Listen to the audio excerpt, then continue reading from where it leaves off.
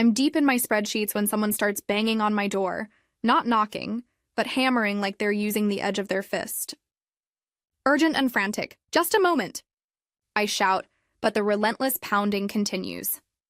On my laptop, Mr. Rosenberg from Wilson Financial waits with a patient smile. The light glints off his silver-framed glasses as he anticipates my answer to the pie chart titled Asset Allocation Plan. $620,000 dominates half my screen. Even after knowing about the windfall for 3 weeks, the amount still feels surreal. Shall we move forward with this allocation? He asks. I'm sorry, someone's banging on my door. Could you spare me 5 minutes? The hammering intensifies, shaking the flimsy door of my place. I rush across the threadbare carpet, annoyance building beneath my skin. This Zoom meeting took forever to arrange, and the interruption couldn't come at a worse time. When I yank the door open, I find my sister Catalina, makeup running down her cheeks, breathing hard as if she'd sprinted up all 4 flights. Trinity, she chokes out, voice cracking. Eric's company? It collapsed. Completely tanked. Her nails bite into my arm with frantic intensity. He just confessed he's in debt to investors for $200,000. We're going to be ruined. Kat, I'm right in the middle of something. You're not getting it. Her voice climbs higher, bordering on panic. The investors are making legal threats. We might forfeit the house, the vehicles, everything. Before I can react, she barrels past me, her costly perfume filling my modest apartment. You've got to help me. Eric's in trouble for... She stops abruptly. Her gaze fixes on my laptop screen, still displaying the Zoom call. Mr. Rosenberg's face in the corner, the asset allocation pie chart front and center. I witness the shift in her expression. The panic evaporates, replaced by something calculated and cold. Her eyes sharpen as they land on the heading, Asset Allocation Plan, $620,000. I need to end this call, I tell Mr. Rosenberg hastily, snapping my laptop closed, but the damage is done. Catalina's voice becomes a whisper. You hit the lottery, my gut clenches. This isn't how the revelation was meant to happen. Not now. Not before everything was arranged, safeguarded, properly distributed.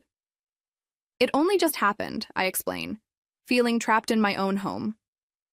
3 weeks back. I intended to inform everyone once. You were planning to conceal this. Her volume rises with each syllable. Keep it secret while my family crumbles? The tears have vanished now, replaced by something sharper. Something meaner. My God, Trinity. We're facing total ruin and you're hoarding a fortune? It's more complicated than that, Kat. I've got strategies for this money. I've got debts and I can't believe this. She snatches her purse from where she'd abandoned it. My husband is having a mental breakdown and you're, what? Mapping out your golden years? That's unfair.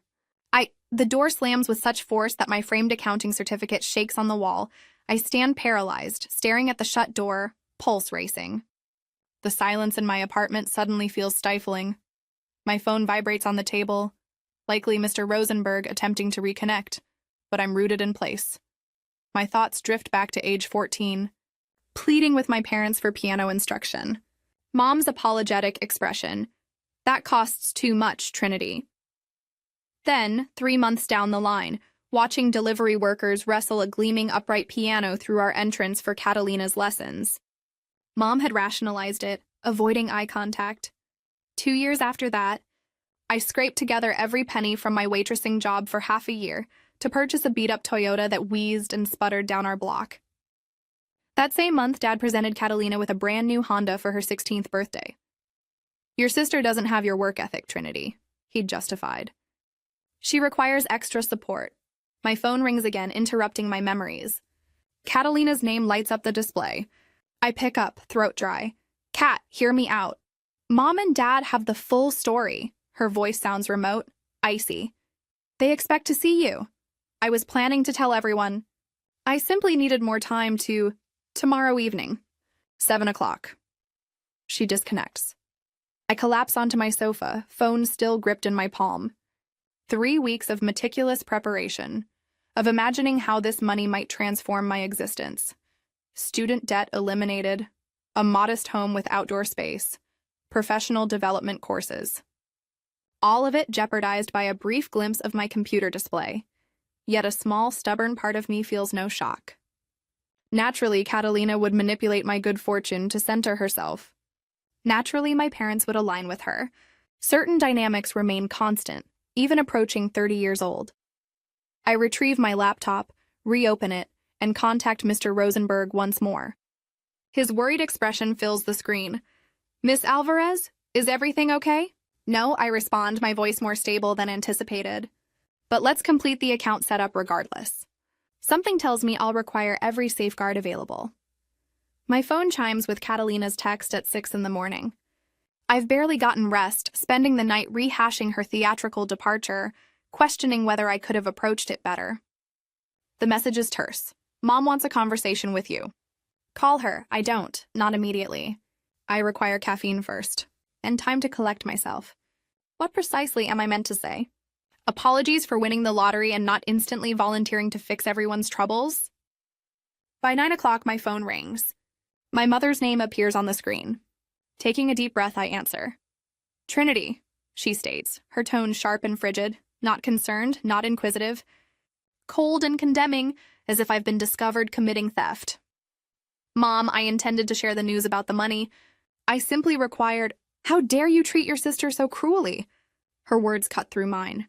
"After all this family has provided for you." My coffee mug stops midway to my mouth. "What?" "Mom, Catalina barged into my apartment during a business meeting. She glimpsed something on my display she wasn't meant to see yet. Stop lying." The frost in her voice intensifies. "Catalina revealed everything to us." My stomach twists. "What precisely did she reveal?" "That you humiliated her. That you paraded your wealth while she was desperate for assistance." The charge strikes like a physical assault. I clutch the phone harder. "That's a complete fabrication. Tomorrow evening, 7 p.m. at Morton's Steakhouse. Your father and I must discuss how you mistreated Catalina. You will attend. Not an invitation, a command. Mom, 7 o'clock. Don't be tardy."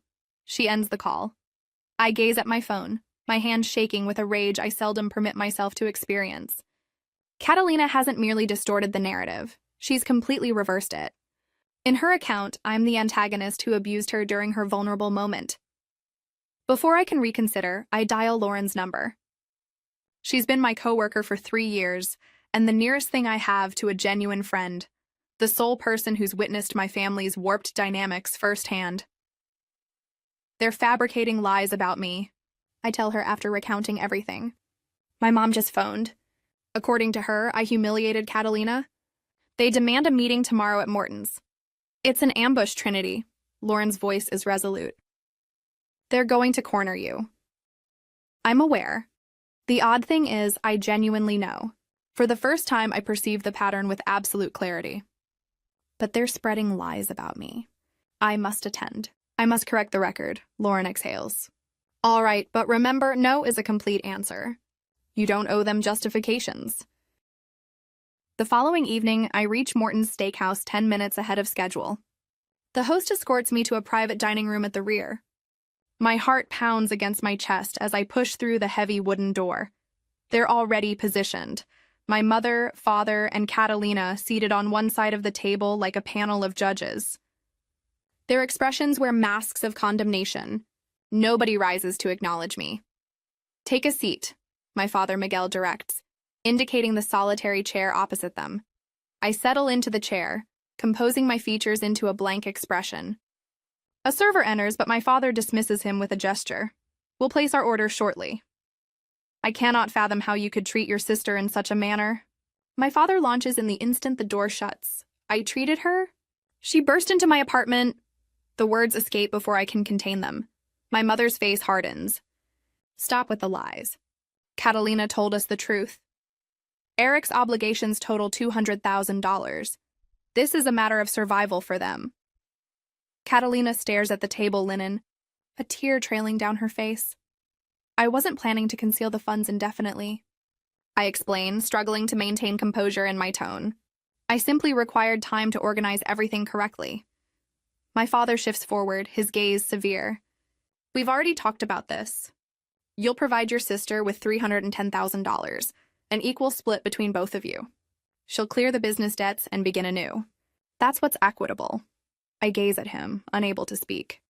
Half of my winnings. Just like that. As though my lottery prize wasn't truly mine, but rather a collective family asset.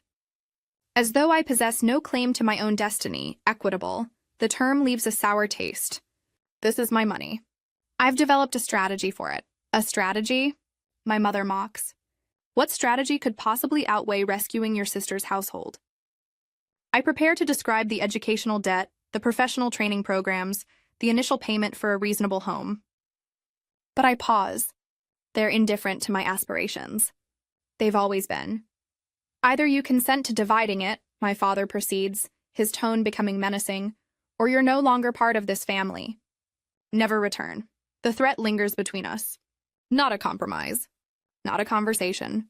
An order accompanied by consequences. In that instant, the innocent optimism I've harbored throughout my existence, that eventually, somehow, my family would regard me as Catalina's equal, ends. What takes its place is icy understanding. I rise slowly, taking my purse. I extract my wallet and pull out 5 $20 bills. I set them purposefully on the surface. For my share of the dinner, I state, my tone more composed than anticipated. I previously believed I was merely an outsider within this family. Thank you for making it official this evening. Catalina's face jerks up, her expression filled with disbelief. My mother's lips part, but she remains silent. My father's expression grows darker with fury. I pivot and move toward the exit, my pace deliberate. Behind me, I detect my mother's voice piercing with distress. Trinity, don't you dare leave, but I've already departed, emerging through the restaurant's entrance into the crisp night air. My hands tremble, yet my thoughts are lucid. For the first time in my existence, I've prioritized myself over their acceptance. It resembles liberation. It resembles grief. Simultaneously. I enter my vehicle, clutch the wheel, and exhale a breath I wasn't aware I'd been restraining. My phone begins buzzing in my bag. My mother, undoubtedly. I mute it without checking. The family I've always recognized is now behind me. What awaits is my choice. My phone pulses for the 17th instance in half an hour. The display illuminates with my Uncle Richard's identity, someone I haven't contacted since my university completion 7 years prior. I allow it to ring once more. When it ceases, I examine the voicemail count. 14 fresh recordings. I select the latest one. Trinity, it's your Uncle Rich. This behavior is unlike you. Your sister faces a crisis. How can you be so self-centered? Contact your mother. Erase. The following one comes from Aunt Patricia. You're thankless. After all your parents provided for you, family requires sacrifice. Erase. 3 additional texts materialize in quick succession. 2 from relatives I scarcely remember from holiday photographs. 1 from my father. I access his message. You're humiliating this family. You believe we'll simply overlook this? You'll have regrets. My abdomen tightens. The warning isn't disguised. The phone tumbles from my grasp onto the sofa. 7 days have elapsed since I departed that steakhouse, and the pressure has only escalated. Each vibration of my phone triggers a surge of nervousness through my body. Every charge, thankless, self-centered, cruel, erodes my determination. My finger lingers over my financial application. Perhaps I should simply transfer the funds. Just end this. Allow Catalina her victory. As usual, I contact Lauren's number instead. They're relentless, I say when she responds, my voice faltering. It's everyone currently. Aunts, uncles, cousins. My dad just issued a threat. What precisely did he communicate? Lauren's tone is steady, controlled. I recite the text to her. That's not a parent, she states after hesitating. That's someone demanding ransom. Maybe I should provide them with something. Half of their request, just to cease this. Listen carefully, Trinity, Lauren says, her voice acquiring an intensity I've never detected previously. If you proceed, you'll become their perpetual financial resource. This isn't family, it's blackmail. You possess more strength than this. I disconnect, holding the phone against my torso as tears stream down my face. But when I observe the screen, at my father's warning glowing in my apartment's darkness, something within me transforms. The anxiety hasn't vanished, but now there's something more frigid beneath it. I no longer feel frightened. I feel numb. I stand, clearing my eyes with my hands reverse side, and approach my workspace. I access my computer and establish a fresh email account. Then I systematically block every contact that has called or messaged me over the past week, 17 total. When I complete this, the quietness feels unusual, delicate. I contact my property manager next. Miss Reynolds, this is Trinity Alvarez from Forbes. I must terminate my lease. I'll cover whatever penalty is necessary. That's a 3-month charge, Miss Alvarez. Are you certain? Affirmative. And could you inform me if there are any openings in your alternative buildings? Ideally something not publicly listed. A hesitation. We possess a unit in our western location. It just became accessible yesterday. Not advertised yet, I'll accept it. I disconnect and observe my apartment. 4 years of my existence contained within these boundaries. 4 years of advancing my profession, reducing my educational debt gradually, making this space feel like home. I approach the storage area and retrieve a travel case. Then I extract the containers from beneath my bed. Systematically, I commence folding. Garments, trousers, pullovers, each action is exact, regulated. I'm not fleeing. I'm executing a calculated withdrawal. 4 days afterward, I'm sealing another container when the banging commences on my entrance. Not tapping. Banging like someone utilizing their fist side. Frenzied and urgent. Trinity, Trinity. Catalina's voice, piercing and uncontrolled. I'm aware you're present. Unlock this entrance immediately. I become motionless, a framed photograph of Lauren and myself at her celebration still in my grasp. I position it cautiously into the container, then face the entrance. You're a coward. Catalina yells, her voice fracturing. You're ruining this family. How can you simply conceal yourself while everything crumbles? I remain stationary in my partially packed apartment center. The person who unlocked the entrance to her sister's emergency 3 weeks earlier would have hurried to clarify, to justify, to comfort. That person no longer exists. Dad was forced to withdraw funds from their retirement. Catalina is shrieking now, her voice raw. They're going to forfeit the residence because of you. I seal another container. Trinity, please. Her tone descends to a weeping that penetrates through the entrance. Please, I'm imploring you. I compress my palms against my ears, but I can still detect her crying. The sound pulls at something profound within me, the younger sibling who consistently desired to repair things, to maintain harmony, to be the dependable one. But I'm no longer that individual. Catalina's weeping eventually diminishes into quietness. When I finally inspect the peephole, the corridor is vacant. I pivot back to my apartment, examining the accumulated containers, the exposed walls. And in the peaceful aftermath, I reach a conclusion. I'm not merely relocating. I'm enhancing my entire existence. The doorbell chimes at 7, and I unlock it to discover Lauren grasping a pizza container and a roll of sealing tape. Backup has arrived, she declares, moving past me into the apartment. She positions the pizza on the counter and surveys the containers. You weren't exaggerating. You're genuinely executing this? She approaches the kitchen table where my mail sits in a stack, sorting through the envelopes. She picks up several marked with red final notice stamps on the front. Excellent, she remarks, studying the utility disconnection warnings. You're burning all bridges. I'm impressed. We settle onto the floor, cross-legged, eating pizza directly from the box. Lauren points toward my open laptop displaying a spreadsheet. What's this? My initial budget plan. I'm following it precisely as planned. Lauren moves closer to view the screen. 65% investments, 10% for debts and CPA expenses, 20% for home down payment, 5% emergency savings. So very Trinity-like. My relatives assume I'm simply in hiding, I mention, cleaning my hands with a paper napkin. They're clueless. I'm constructing something. Lauren lifts an eyebrow. CPA expenses? I confirm with a nod. I'm enrolling in the certification course. Should have done this years back, but funds weren't available. While they've been hounding you, I've been designing my future. I grab my laptop and open the CPA exam application page. My relatives can destroy each other fighting over money that was never theirs to claim. I've got tasks to complete. Lauren lifts her soda can to burning bridges. I tap my can against hers, and fresh beginnings. 48 hours later, I'm in my new place. The apartment is bare except for a folding chair, my laptop, and an air mattress. The quiet surrounds me like comfort. No banging on doors, no menacing messages, no family members dictating what I supposedly owe. I open my laptop. The CPA exam registration screen illuminates before me. The cost is significant, $1,200. However, in my revised financial circumstances, it's simply a calculated investment. My cursor hovers above the payment submission button. For 29 years, my existence has been shaped by my family's demands, the dependable one, the reliable one, the fallback option. I press submit. The confirmation screen loads. My phone stays quiet. My new place feels like a sanctuary.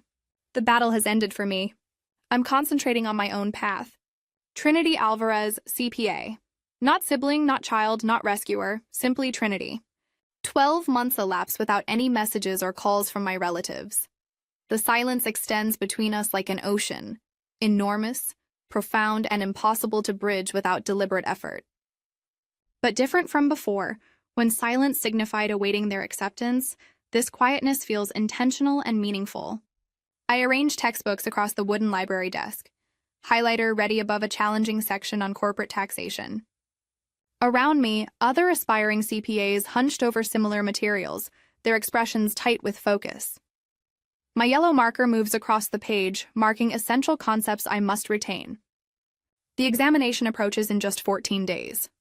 My phone vibrates. Lauren, how's the study session progressing? Still functioning? I reply, barely. Tax regulations are attempting to end me. She sends back a laughing emoji. You'll succeed. Celebration drinks after you pass that exam.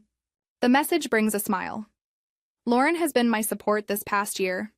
When my family's contact attempts eventually stopped, she arrived with takeout and terrible films. When I wept on my birthday, the first without my mother calling, she appeared with cupcakes and wouldn't allow self-pity. The CPA examination day comes with spring showers drumming against my car window. The testing facility is a clinical space with computer rows, each station filled by someone radiating similar anxious energy. I take my designated spot, inhale deeply, and start. 4 hours pass. I exit with my mind feeling like mush, but something in my core feels firm, steady. I've accomplished this entirely independently. No family chaos. No interruptions. Only me and my resolve. 6 weeks pass. An email lands in my inbox with a plain subject: CPA examination results. My hands tremble as I open it. Congratulations, Trinity Alvarez. You have successfully completed all sections of the uniform CPA examination. I gaze at the monitor, covering my mouth to contain a sound that's part laughter, part cry. Then my work email chimes with a fresh message. Trinity, congratulations on obtaining your CPA certification. This, along with your reliable performance, merits acknowledgement. Please visit me this afternoon to discuss your advancement to senior accountant, beginning next month. Sincerely, Howard Miller, CFO. The message is concise, almost impersonal, but it's the recognition I've pursued for years. I press my hands to my eyes, breathing slowly. 3 months forward, I'm positioned in a small yard, my yard, observing a realtor place a sold label over the for sale sign. The property isn't grand. A humble 2-bedroom cottage with weathered green shutters and a somewhat tilted front porch. But it belongs to me. Every flaw, tile, and drafty window is mine. Congratulations, Miss Alvarez, the realtor states, presenting me with keys that shine in the late summer light. You're now a property owner. I trace my thumb along the rough metal ridges of my house key. A $124,000 deposit with a 15-year loan that my increased salary easily covers. Precisely as I'd strategized when I initially received that lottery payment. That evening, I place purple and yellow pansies along the front pathway. The earth feels cool in my hands as I carefully arrange each plant. After finishing, I rest on my porch steps with a wine glass nearby and observe the sunset bathe my modest house in golden hues. My phone seldom rings nowadays. No conflicts, no pressing emergencies demanding my focus or finances. Just occasional calls from Lauren, my supervisor, or a customer. The tranquility feels deserved. What I'm unaware of, what I cannot possibly know, is that across town, my parents are signing their own documents. Miguel and Teresa Alvarez sit at their dining table. the same one where we shared Sunday meals for decades. Documents spread before them, awaiting signatures. A suited man explains terminology: home equity line of credit, fixed interest rate, and payment schedule. $200,000 represents a substantial portion of your property equity, he warns. Are you positive this is essential? My father nods gravely. Our daughter requires our help. Her spouse's enterprise collapsed and they have no alternatives. My mother's hand shakes slightly as she writes her name next to my father's. They're convinced they're saving Catalina, rescuing Eric's business standing, protecting the family's reputation. What they're oblivious to, what they won't discover until too late, is that Eric's enterprise never actually existed. 14 days later, Eric deposits the check from my parents, hands trembling with relief. He doesn't apply it to business creditors. Instead, he places a phone call. I've secured the funds, he tells the person answering. The complete amount. We're settled now, correct? The responding voice is cold and businesslike. This addresses the principal. There's still our interest charges to consider. What? No, you claimed $200,000 would eliminate it. That was prior to your 3 missed payments. Eric's complexion goes pale. I have nothing remaining. My in-laws leveraged their home for this. A laugh echoes through the phone. Not our concern, pal. You have 30 days. The next month, my father answers his front door to discover 2 men on his doorstep. They don't resemble businessmen. One has a tattoo extending up his neck. The other has a scar cutting through his eyebrow.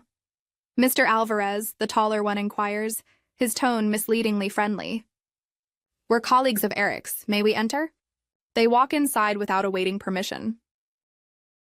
There appears to be some misunderstanding, the scarred man states, studying a family photograph on the wall. He lifts it up, examining it closely. Eric mentioned he required funds for his company, didn't he? My father gives a slight nod. Bewilderment creates wrinkles near his eyes. That's amusing, the tattooed man remarks without any humor. Because Eric isn't running a company. Eric has a betting addiction and still owes our boss an additional $150,000. The photograph slipped from my mother's grasp when the scarred man, after examining it, extended it toward her rather than returning it to its place. My mother, still reeling from the revelation, was too delayed in her response. The glass broke into pieces on the wooden surface. That can't be true, she breathes. We provided him with everything to settle his company obligations. Not a company, the taller man clarifies. Card games. Along with some wagering on sports? He's been a regular client for quite some time. My father drops heavily into his chair. For years? Indeed, yes. Didn't your daughter inform you? We're taken aback she tolerated it for such a duration. Most spouses recognize when the home loan stops being paid. On the other side of town, Catalina is frantically searching Eric's workspace, yanking open compartments, sorting through documents. She discovers them concealed behind the water heating unit. Financial statements revealing withdrawals of substantial amounts from gambling establishment ATMs. Credit statements for cash withdrawals. Borrowing applications with falsified signatures. Her own signature. That same evening, as I'm watering my newly planted flowers, Catalina sits at her dining table. Separation documents laid out in front of her. Her hands remain firm as she signs every marked area. Her kids rest upstairs, oblivious that their reality is about to shift dramatically. The following day, Eric comes home to discover the locks replaced and a brown envelope affixed to the entrance. While I design next season's garden, my sister starts mapping out her future as a solo parent. I've nearly lost the memory of waking with anxiety. My dawn ritual now seems exclusively mine. Coffee percolating in a kitchen with soft green walls I selected personally. Morning light streaming through window coverings no other person's fingers have adjusted. My CPA certification is displayed, mounted next to my financial degree. The quiet in my residence is mine alone. The alert sounds as I'm examining quarterly forecasts, a fresh email. That small noise shouldn't cause my stomach to tighten, yet it does. From Teresa Alvarez, 1963@email.com. I haven't encountered that address in 14 months. My cursor lingers over the delete option. I ought to discard it without reading. Preserve the barrier I've constructed piece by careful piece. However, something, that fragment of vulnerability I still haven't eliminated, compels me to open it. The note is brief, the digital version of a murmur. Your father and I secured a loan to settle Eric's obligations, thinking we were rescuing his company. It proved insufficient. Moneylenders visited our residence. We discovered the reality. Trinity, it wasn't a company failure. It was betting. We've depleted our entire nest egg. Catalina has initiated divorce proceedings against Eric. We aren't requesting financial assistance. We simply wish to speak. I gaze at the text until it becomes hazy. Moneylenders. Betting, not company debt. The truth pierces through me like freezing wind. Not because Eric's deception matters to me, but because my parents gave up their golden years for him, for Catalina, exactly as they perpetually did. The space suddenly seems empty. I rise from my workstation and walk across the wooden flooring I personally selected, moving past the mounted credential that required me numerous nights of studying. My device trembles, Lauren phoning. I allow it to continue ringing, aware she'll record a voicemail. She meets expectations. Hello, I realize today's the significant evaluation with Hannigan. Impress them. Contact me afterward and we'll commemorate at McCormick's. Lauren remains unaware of the email. She's been my support. However, this choice belongs solely to me. I press reply, my fingers pause above the keys before entering 6 words. Café Brûlée tomorrow, 12:30 p.m., my midday interval. The authority feels unusual, awkward, yet appropriate. Like footwear that creates discomfort because it hasn't been worn in yet. When the next day comes, I choose my attire with particular attention. Gray fitted skirt, clean white top, and the forest green jacket I purchased to mark my advancement. The woman in my reflection appears calm, businesslike, accomplished. She resembles nothing of the accountant who shook in a restaurant booth 14 months prior. Café Brûlée is positioned between a bookshop and a craft bakery. I show up 10 minutes ahead of schedule, selecting a spot by the glass where daylight pours across the refined timber.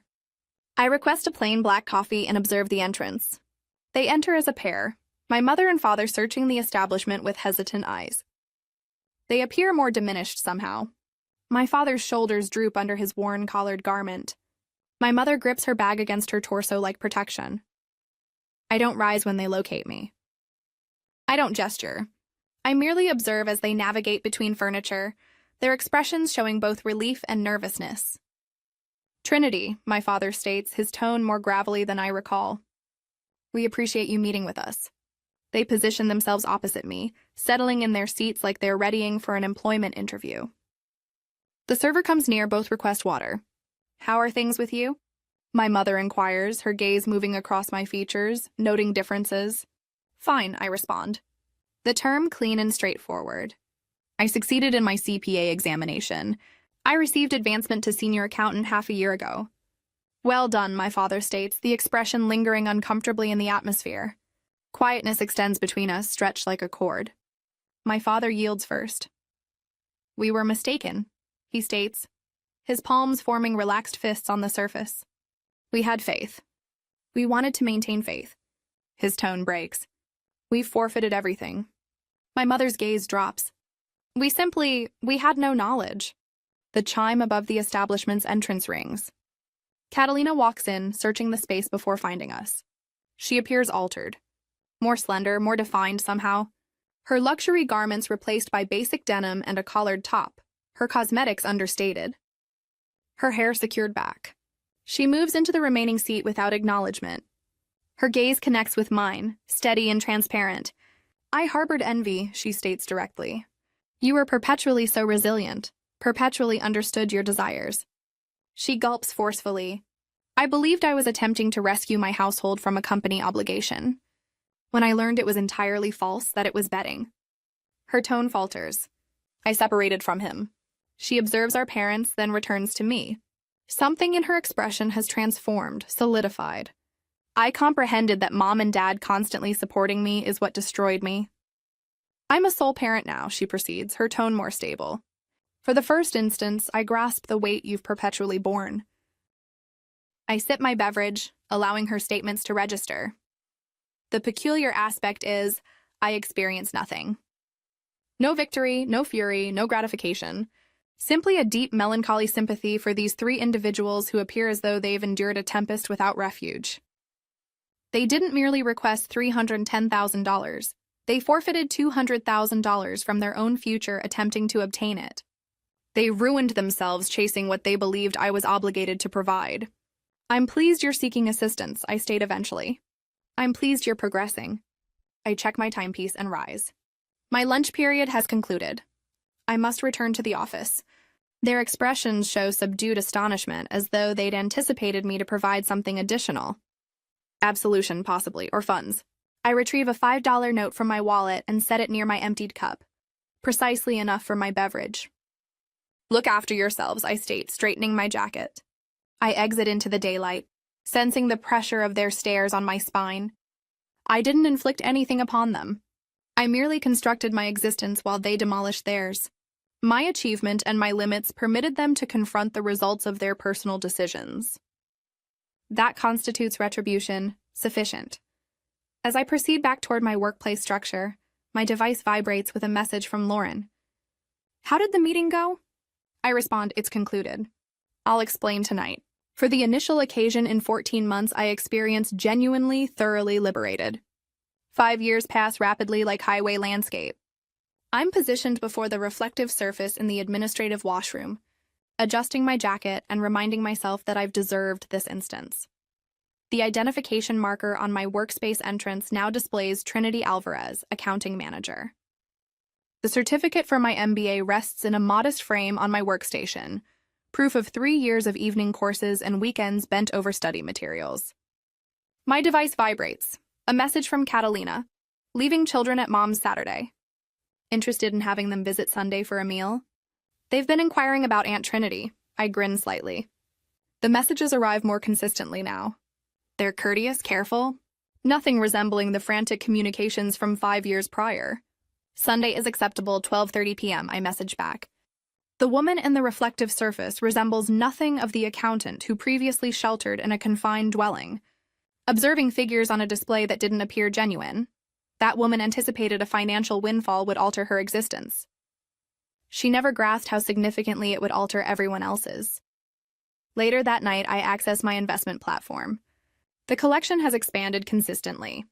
Nothing spectacular, merely the patient growth that compound returns guarantee. However, my focus shifts to a secondary account in the interfaces corner, Alvarez Children 529 plan. Each month, $1,000 transfers from my account into this one, divided equally between my niece and nephew. The doorbell chimes and I spot Lauren standing at my door with a wine bottle and takeout in hand. You'll miss your own celebration dinner at this rate, she announces, brushing past me with that familiar boldness she displayed when she helped me move 5 years back. I was going over some documents, I respond, shutting my laptop. The kids' college fund, I'm guessing? Lauren opens the wine and pours us each a glass. You're fixated on that account. Not fixated, just dedicated, I counter, taking a drink. Dad reached out yesterday, bringing up Alan once more. Lauren's eyes widen. I turned him down, same as every time. I swirl my glass, observing how the wine reflects the light, though I did mention the grandchildren's birthdays are coming up next month. My parents still occupy that same house, crushed under debt they'll carry to their final days. Our connection survives through sporadic lunches and holiday visits. They have discovered, through a slow and difficult process, that my limits aren't up for negotiation. Your feature drops tomorrow, Lauren mentions while unpacking the Thai food containers. The Business Journal article. I acknowledge this with a nod, recalling the journalist's closing question. Your career has accelerated remarkably. What's the key? My response flowed naturally. I didn't rely on luck to build wealth. My goal was learning self-worth and using that knowledge to end my family's destructive patterns. The reporter seemed puzzled, so I elaborated on the educational fund I established for Catalina's kids, ensuring the next generation receives equal opportunities, and how certain cycles can end not through confrontation but through thoughtful intervention. Sunday morning brings bright sunlight flooding my kitchen. I listen as Catalina's vehicle enters my driveway, car doors banging shut while 2 energetic children race toward my entrance. Trinity and her sibling crash into me with that pure, unfiltered joy only kids can express. Catalina follows behind them, no longer the favored daughter, simply an exhausted solo parent juggling 60-hour work weeks. Our gazes connect above the children's heads. They noticed your photo in the business journal, she mentions softly. They've been telling everyone at school about their famous aunt. Hardly famous, I respond, welcoming them in. You're accomplished, though, she states. Her tone carries no resentment now, merely a straightforward recognition of reality. You handled things correctly. She doesn't articulate what she truly means, that I maintained strength during her vulnerability, held boundaries when she had none, stood unwavering while she crumbled. Instead, she simply says, "Thanks for the invitation." And I understand that in her own manner, she's working to break cycles as well. Subscribe.